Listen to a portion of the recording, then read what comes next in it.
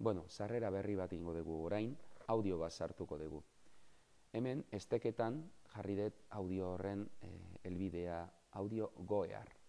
Gomendatzen dizuet. Aukera asko daude, baina hau gomendatzen dizuet. Bueno, goearren lehenengo gauza arpidetza egitea izango litzateke. Horretarako, sin edo hemen azalduko zaizue eta arpidetza egin behar dezute. Arpidetza egin ezkero, zuen musika igotzeko aukera daukazue. Tituloa jarri, artista jarri, MP3an izan behar du hori bai.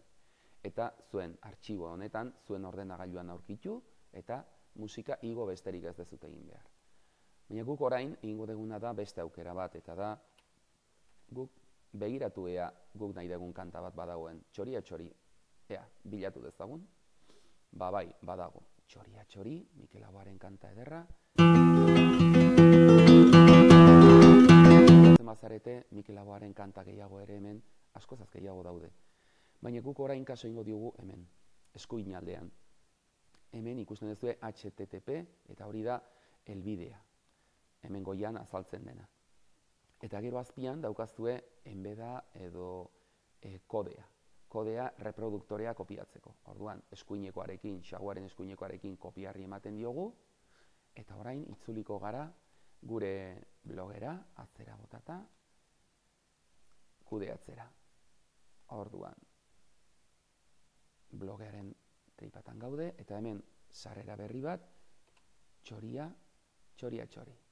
Hemen jarriko dugu zerbait, Mikel Laboaren kanta. Eta orain, egin behar duguna da, eskuinekoarekin, Jaguaren eskuinekoarekin, pegatu, kodea. Hemen daukagu. Eta importantea, gero gauzak klasifikatzeko, audioari emango diogu, tag bat gero aurkitzeko, Mikel. Eta argitaraturi emango diogu.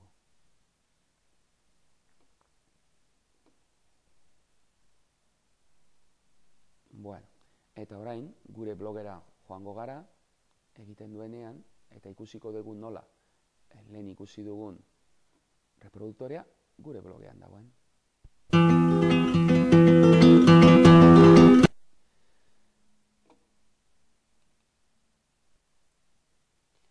Orain egingo duguna da goikoa kopiatu. Hemen esan dizuet hemen dagoela, edota nahi baldin badugu helbidea kopiatzen dugu. Jaguaren eskuinekoarekin, kopiar. Eta blogera goaz. Orduan, hemen blogean, sarrera berri bat, hau ere Mikel jarriko dugu. Mikel. Eta hemen nahi dugun testua. Mikel Laboa.